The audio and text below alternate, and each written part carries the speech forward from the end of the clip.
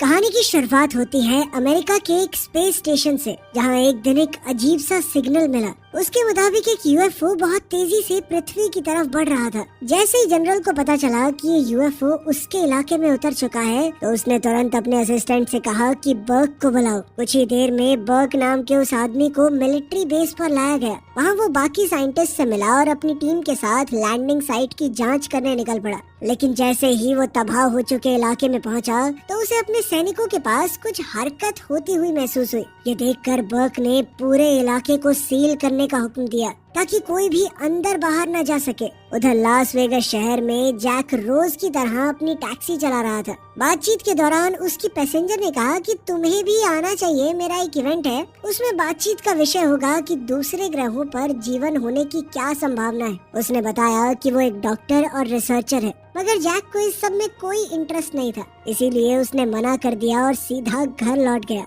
अगली सुबह जैक खबर देख रहा था तो उसे जानकर हैरानी हुई कि सरकार ने एक पूरा इलाका बंद कर दिया था, ये कहकर कि वहाँ जहरीली गैस का भारी लीक हो गया है। लेकिन लोग ये नहीं जानते थे कि यही वो जगह है जहाँ पर यूएफओ उतरा था। उधर कुछ घंटों की तलाशी के बाद बर्क की टीम को मिट्टी पर अनजान से पैरों के निशान मिल गए। उधर जैक ने टैक्सी स्टैंड पर काम करना शुरू ही किया था कि तभी दो गुंडे उसके पास आए, जो कि मिस्टर वुल्फ नाम के एक आदमी के लिए काम करते थे। उन्होंने कहा कि उनका मालिक चाहता है कि जैक फिर से उसके लिए काम करे, क्योंकि वो किसी समय में उनकी गैंग का सबसे माहिर ड्राइवर था। लेकिन जैक ने साफ मना कर दिया और उन्हें वहाँ से हटने को कहा। इस पर गुंडों ने उसे धमकाना शुरू कर दिया, लेकिन जैक ने अपनी चालाकी से दोनों को गिरा दिया और कहा कि वो दोबारा कभी उस दुनिया में वापस नहीं जाएगा। तभी पुलिस की गाड़ी वहाँ आ गई और मामला वहीं खत्म हो गया।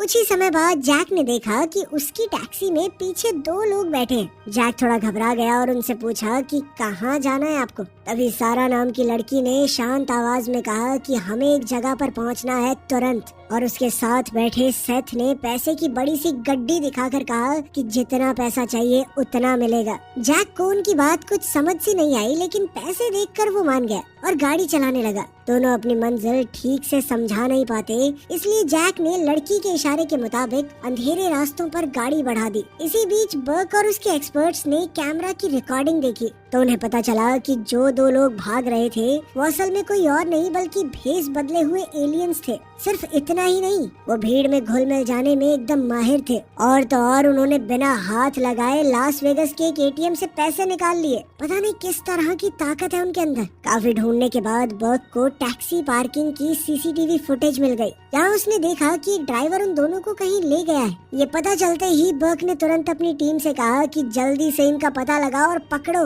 उधर काफी दूर एक सुनसान सड़क पर जैक आराम से अपनी टैक्सी चला रहा था और उसके साथ वही दो रहस्यमय यात्री बैठे हुए थे। वो लोग काफी दूर आ चुके थे और अब जैक को शक होने लगा कि कहीं ये बच्चे अपने माँ बाप से पैसे चुरा के तो नहीं ले आए। इसीलिए उसने पूछा कि तुम्हारे मम्मी पापा कहाँ हैं? लेकिन दोनों ने कोई जवाब नहीं दिया। उसी पल भेस बदले हुए एलियन को महसूस हुआ कि कोई उनका पीछा कर रहा है। जैक ने उसे शांत करने के लिए कहा कि पीछे जो गाड़ियाँ चल रही हैं, वो भी कहीं जा रहे होंगे। उसने स्पीड कम कर दी ताकि वो गाड़ियाँ आगे निकल जाएं। लेकिन ये आम आदमी नहीं, बर्क के सैनिक थे, जो घात लगाकर उन्हें घेरने आ चुके थे। अपने तेज दिमाग और समझदारी से जैक ने पहला हमला बचा लिया, लेकिन बर्क के आदमी टैक्सी को हर तरफ से घेरने लगे। गुस्से में जैक ने अपने पैसेंजर से कहा कि नीचे झुको, और फिर कुछ ऐसे दाव पेच लगाए कि कई सारी गाड़ियां आपस में टकरा गई, जिससे उन्हें थोड़ी दूरी तो मिल गई। मगर दिक्कत ये थी कि बर्क अभी भी अपनी गाड़ी से उनका पीछा कर रहा था। लड़की की चेतावनी पर जैक ने गाड़ी और तेज कर दी।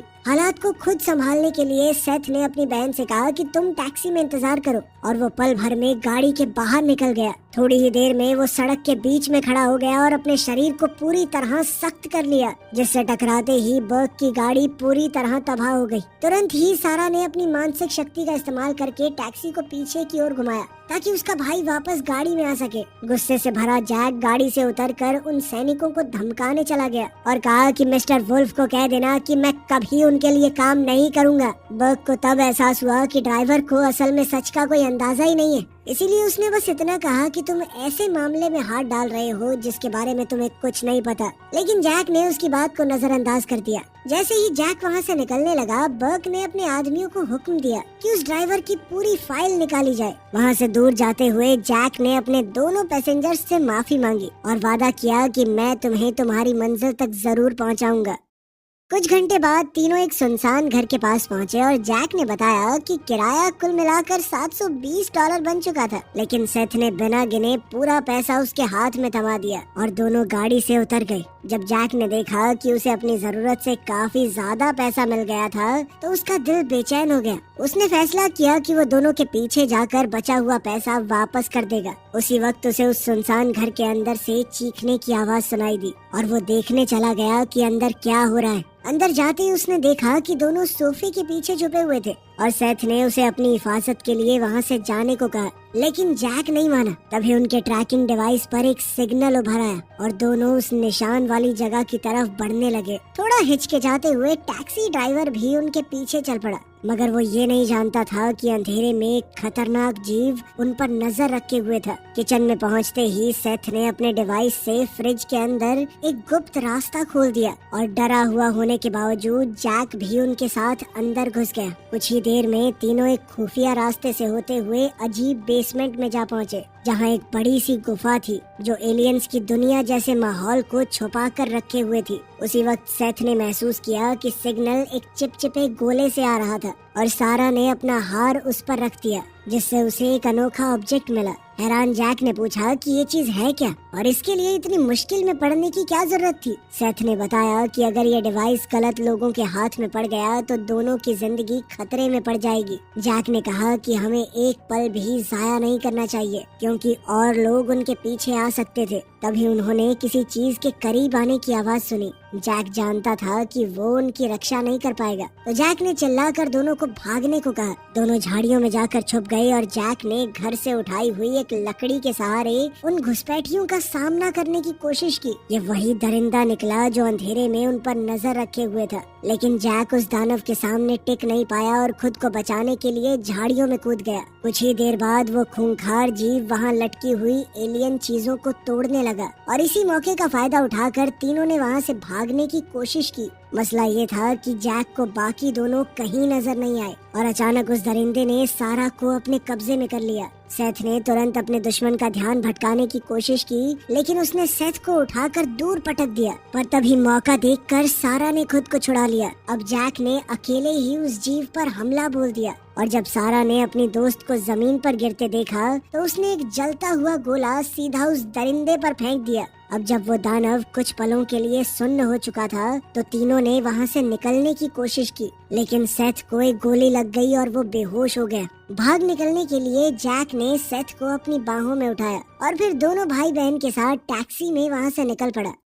कुछ देर बाद सफर के दौरान सेथ को होश आया और जैक ने गुस्से में पूछा कि असल में चल क्या रहा है, लेकिन उसी वक्त एक एलियन ड्रोन सामने आ गया और जैक ने उसके हमले से बचने के लिए अचानक गाड़ी को सड़क से हटा दिया। तेजी से वो एक सुरंग में पहुंच गए और वहां छुपने के बाद सारा ने बताया कि जो जीव उनका पीछा कर रहा था वो एक साइफन है, एक ऐसा दरिंदा जिसे सिर्फ शिकार को ढूंढकर खत्म करने के लिए पैदा किया गया है। उसी पर ड्रोन दोबारा से उनके बिल्कुल सामने आ गया और सुरंग के मुंह के पास मंडराने लगा। इससे जैक का दिल जोर जोर से धड़कने लगा। फिर भी वो मशीन उन्हें ढूंढ नहीं पाई और तीनों रेलवे ट्रैक के रास्ते निकल गए। पर फिर कुछ ही पलों में एक एलियन स्पेसशिप ने उनके ऊपर हमला बोल दिया और एक पुल पार करते ही जैक ने दूसरी सुरंग में घुसकर बचने की कोशिश की। इस बार मुश्किल ये थी कि स्पेसशिप भी सुरंग के अंदर आ गई, तो सारा ने अपनी शक्तियों से टैक्सी की रफ्तार और बढ़ा दी। उसी वक्त उन्होंने देखा कि सामने से एक माल गाड़ी आ रही थी और टकराव से बचने के लिए ड्राइवर ने इमरजेंसी ब्रेक लगा दिए। तीनों बच निकले, लेकिन ट्रेन का ड्राइवर धमाके की चपेट में आ गया और उसके साथ स्पेसशिप भी तबाह हो गई।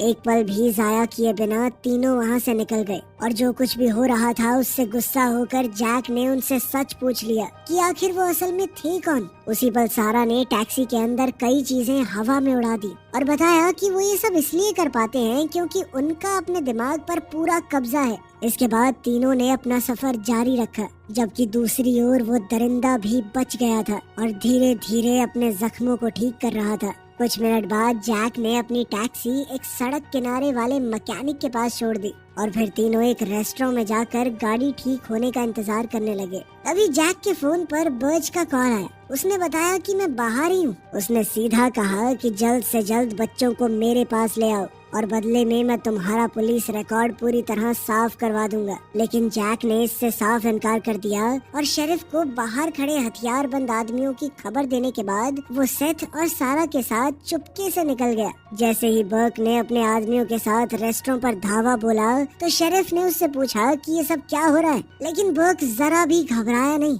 उल्टा उसने अपने लोगों को इशारा किया कि सबके ऊपर बंदूक तान दो। उसी वक्त रेस्टोरेंट के एम्प्लॉयज ने भी अपने हथियार निकाल लिए और शेरिफ के साथ ही लोगों की हिफाजत करने के लिए आगे खड़े हो गए। बर्क मामला ठंडा करने के लिए शेरिफ से बात कर ही रहा था कि तभी एक वेट्रेस चुपचाप जैक और उसके साथियों के पास आई और उन्हें अपने साथ चलने को कहा। तीनों रेस्टोरेंट के पीछे पहुँचे और सेथ ने अपनी मॉलिक्यूलर शक्ति से छत के हैच को पार करके सबको ऊपर निकाल दिया और इस तरह बिना किसी को पता लगे वो वहाँ से बच निकले। लेकिन बाहर निकलते ही जैक एक कुत्ते से टकरा गया जो अचानक भौंकने लगा। तब सारा ने अपनी शक्ति से उस जानवर को शांत किया। जैक तेजी से मैकेनिक के पास भागकर अपनी टैक्सी लेने गया, लेकिन जैसे ही वो वहाँ से निकलने लगे तो बर्क ने उन्हें देख लिया और तुरंत अपने साथियों को उन्हें रोकने के ऑर्डर्स दिए। बचने के लिए सारा ने उनकी गाड़ियों के इंजन ही उड़ा दिए, जिससे जैक पूरी रफ्तार से काफिले के बीच से निकल गया। उसी पल बर्क गोली चलाने ही वाला था, लेकिन कुत्ते ने उसके हाथ पर काट लिया और वो भाग निकला। कुत्ते के इस बर्ताव को देखकर सारा ने अचानक से ब्रेक मारी और दरवाजा खोल दिया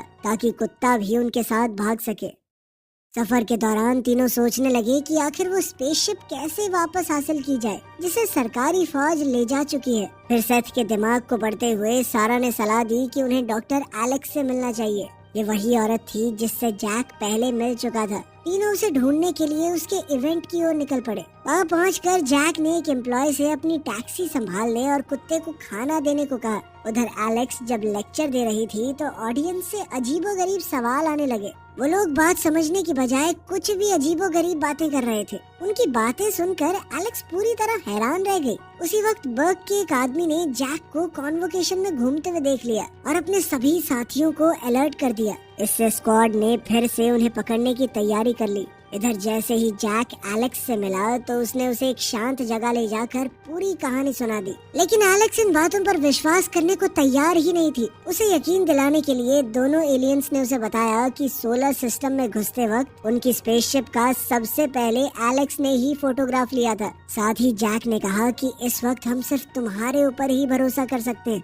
कुछ करो। लेकिन एलेक्स को ये सब बकवास लग रही थी और उसने अपना लैपटॉप उठाकर वहाँ से निकलने की कोशिश की। उसी पल सेथ ने उसके सामने अपनी ताकत का इस्तेमाल किया और जैसे ही चीजें नीचे गिरने लगी तो सारा ने अपनी ताकत से उन्हें हवा में ही रोक दिया। सच को अपनी आंखों से देखकर एलेक्स पूरी तरह हैरान रह गई और तब दोनों भाई बहनों ने अपनी असली पहचान दिखाने का फैसला किया। सेथ ने अपने डिवाइस को एक्टिवेट करके उन्हें ब्रह्मांड का वो हिस्सा दिखाया जहाँ से वो आए थे। फिर दोनों ने समझाया कि हम तो इंसानों को ये समझाने आए थे कि बिगड़ते हालातों को कैसे सुधारा जाए, कैसे पृथ्वी को बेहतर बनाया जाए। सारा ने बताया कि सालों तक हमारे ग्रह पर रहने वाले लोगों की लापरवाही की वजह से प्रकृति तबाह होती जा रही थी। अपने लोगों को धरती पर हमला करने से रोकने के लिए उन्होंने भागने का रास्ता चुना। उनके माँ बाप बड़े साइंटिस्ट थे, इसीलिए वो एक ऐसा डिवाइस ला पाए जो पूरे ब्रह्मांड के इकोसिस्टम की जानकारी को इकट्ठा करता था और अब इस जानकारी से उनके ग्रह को बचाया जा सकता है। उनका कहना था कि इन जानकारियों की मदद से उनके ग्रह को बचाया जा सकता है, लेकिन इसके लिए ये जरूरी था कि वो जल्द से जल्द अपने घर लौट जाएं, वरना हमारे लोग अर्थ के ऊपर हमला कर देंगे। साथ ही उन्हें उस खतरनाक साइफन से भी बचना था जो उन्हें पकड़कर खत्म करना चाहता है। इसलिए एलेक्स ने कहा कि अब एक पल भी जाया नहीं किया जा सकता। अपने कुछ कॉन्टैक्ट्स के जरिए वो उन सबको एस्ट्रोनॉमी के एक्सपर्ट डॉक्टर हार्लन से मिलवाने ले गई। पूरी कहानी सुनने के बाद भी हार्लन को ये एहसास नहीं हुआ कि सामने खड़े लड़का लड़की ही असल में एलियन थे, इसीलिए उन्होंने उसे ना ही बताना सही समझा। थोड़ी देर बाद एलेक्स ने पूछा कि क्या आपको पता है सरकार स्पेसशिप कहाँ पर लेकर गई होगी। बिना ज्यादा सोचे हार्लन ने बताया कि जरूर विच माउंटेन पे रखा गया होगा। उसने उन्हें लोकेशन दिखाकर बताया कि ये पूरा इलाका सीक्रेट सर्विस के सख्त पहरे में रहता है। फिर भी उन्होंने पूरी जानकारी इकट्ठी करके जाने का फैसला किया। जाने से पहले हार्लन ने सलाह दी कि जब तक तुम उस फैसिलिटी में घुस न जाओ तब तक किसी पर भी भरोसा मत करना। अब वक्त जाया किए बिना एलेक्स ने जैक से कुछ ही देर में मिलने को कहा, क्योंकि उसे अपना सामान लेने जाना था। लेकिन उससे बात करते हुए जैक का ध्यान भटक गया और दोनों एलियंस उसकी नजरों से ओझल हो गए। और इससे पहले वो उन्हें ढूंढ पाता, मिस्टर वुल्फ के आदमियों ने उसे पकड़ लिया। उन्होंने गुस्से में जैक से कहा कि तुझे बुलावा ठुकराना नहीं चाहिए था। जैक समझ चुका था कि वहाँ से निकलने में अब एक पल की भी देर नहीं की जा सकती, इसीलिए उसने मौका देखकर एक कॉस्प्लेयर का हथियार छीनकर उन बदमाशों पर हमला कर दिया और फिर अपनी जबरदस्त फाइटिंग स्किल्स से सबको हरा दिया। इसके बाद वो तेजी से सेथ और सारा को ढूंढने के लिए भागा, लेकिन ठीक उसी वक्त बर्क अपने आदमियों के साथ वहाँ पहुँच गया। साथ ही साइफन भी कन्वेंशन में आ पहुँचा और अपने शिकार की तलाश करने लगा। जैसे ही जैक सेथ और सारा से मिला, उसने कहा कि अब हमें जल्दी से निकलना होगा। तभी अचानक तीनों ने देखा कि साइफन स्टेज पर चढ़ रहा था। हमले से पहले ही सारा ने अपनी ताकत से एक भारी भरकम मेटल स्ट्रक्चर को खींचकर मॉन्स्टर पर फेंक दिया, जिससे वो दूर जा गिरा। मौका मिलते ही तीनों भाग निकले और बस कुछ ही सेकंड बाद बर्क ने पूरे हॉल को अपने कब्जे में ले लिया। लेकिन अब दिक्कत ये हुई कि हॉल चारों तरफ से सैनिकों से घिर चुका था। अब हमारे हीरोज समझ चुके थे कि वो फंस चुके हैं। तब जैक ने सारा से उसका दिमाग पढ़ने को कहा। पल भर में ही सारा उसका प्लान समझ गई